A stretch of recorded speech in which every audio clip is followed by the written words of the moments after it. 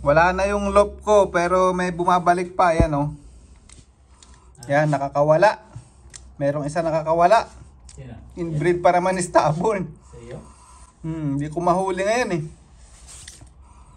Hindi ko mahuli. Kasi wala na siyang kulungan oh. Yan. Sayang, inbreed yan eh. Ganda. Okay lang. Bahala na siya. Maging gala na lang siya rito sa New Zealand. Mayroong isang nakakawala eh. Saan ang yan? Ilap eh. Ayun oh. Nanunuka-nuka ngayon dyan. Siya na lang mag-isa. Saan nanunuka? Kumakananginginain. Hindi naman. Pwede mo natin ulihin yan. Hindi papasok yan sa sa maliit lang na kulungan. So yan mga kalapatid, sakita nyo na naman yung paggumuka ako. Yan. So linis pa rin tayo mga lodi. Yan ang aming kalat ng bahay namin. Subscribe nyo pala yung Team Uno Loop. Team Uno Loop. Team Uno Family mga lodi sa Facebook page sa YouTube channel. But anyway, yan, ito yung ating mga perch natin, box perch natin. Inisprayan ko. Wina-water blast ko ngayon mga lodi para malinis. Ayan oh. Pakalinis na mga lodi. Di ba? Linis na. Parang magandang baliktad na pala. Oh, okay. So, yan. Medyo lumilis-linis na. Ayun yung ibang ito, ini-sprayan ko ngayon tong bubong kasi gagamitin ko naman to sa ibang naman sa shed. Kasi bibili ako ng bagong bubong pa, yung clear roof naman. Kaya hindi ko magamit to, gagawin ko shed namin dun sa bahay namin mga lodi. At sa mga naghahanap ng ibon natin, ito yan oh. Ayan, nilagay ko muna sila sa maliliit na cage kasi by weekend gagawin na nila pare Oliver yung loop natin. Yan. So sa mga tutulong, maraming salamat sa mga nag-aalok. Punta lang kayo sa bahay. Yan. Yan, sagot ko yung pananghalian, merienda. Yan. Naubos ang budget natin sa materyales eh. Yan, maraming salamat sa tutulong mga lodi. Ito yung nanay ni Kim Cam at tatay. Pinagparis ko ulit mga lodi kasi napakaganda ng mga nilalabas nito. Tapos ito rin yung dalawa yung inanak nito na nanalo mga lodi dito sa Auckland. Ayan, magaganda kasi yung inaanak nito. Yung kapatid ni Kim Cam nag-club champion dito rin sa Auckland yun mga lodi. Ayan. So andun pa yung ibang ibon natin. Ayan, meron ngang nakakawala. Ang ilap kasi hindi ko na mahuli ngayon. At pinabayaan ko na lang siya. Ewan ko nasaan na ngayon. Kanina nandiyan. Ayun siya oh. Yan. Inbreed ni paring Stubborn mga lodi. Buti na lang pinutulan ko ng ring. Tinanggalan ko ng ring. Yan. Bihagin nyo na sa mga gustong may Ito linisin ko pa to oh. So ito yung iba. Lagay ko muna rito pero ito babagbagin ko to mga lodi. Yan, nilagay ko muna yung mga ibon natin. So talagang ang tinira ko na lang 6 o 7 pares na pang breed. Tapos yung iba stock bird ko na. Ito naman yung mga kak ko. Yan, ayan naman yung mga kak mga lodi.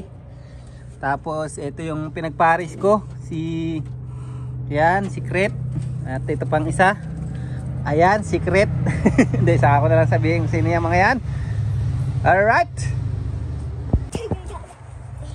Mamaya naman, pag nakalinis na kami rito mga lodi,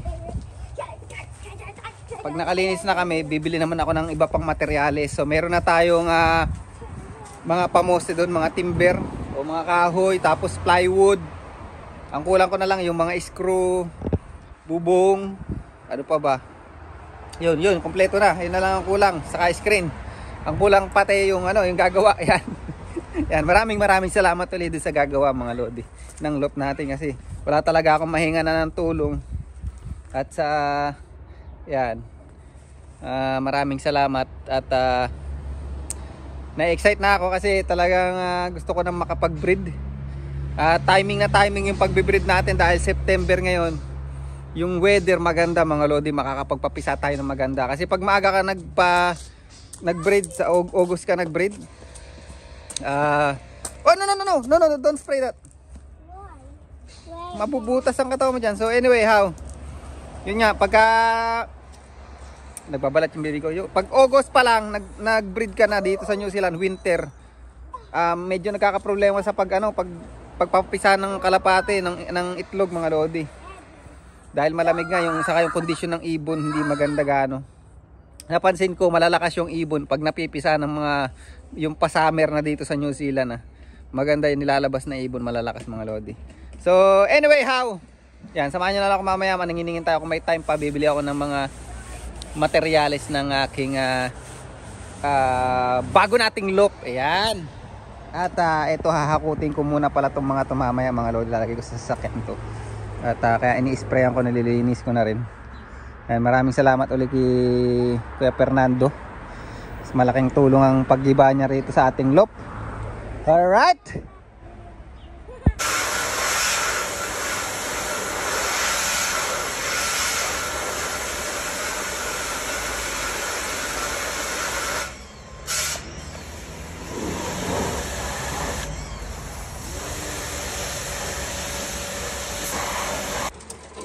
Ito yung inbreed ni paring Stubborn mga lodi, oh. Ayan, oh. Napakaganda. Nakakawala eh. Hindi ko mahuli, napakailap eh. Lagyan nga natin sana dito humapo mamayang gabi para hindi mahuli mga lodi. Tinira ko mga lodi, oh. Anak ng kapatid pala ni Kim Cam to. Pang stock bird ko na lang mga lodi. Napakaganda. Hindi ko nga alam kung cock or hen. Yan, oh. Likot eh. Gustong gusto ko tong itsura ng mga magkakapatid na to. Oh. Bata pa to. Late breed ko to eh.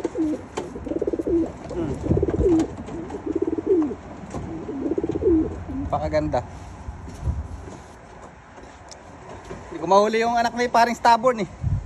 Nawala na naman, oh. Sayang.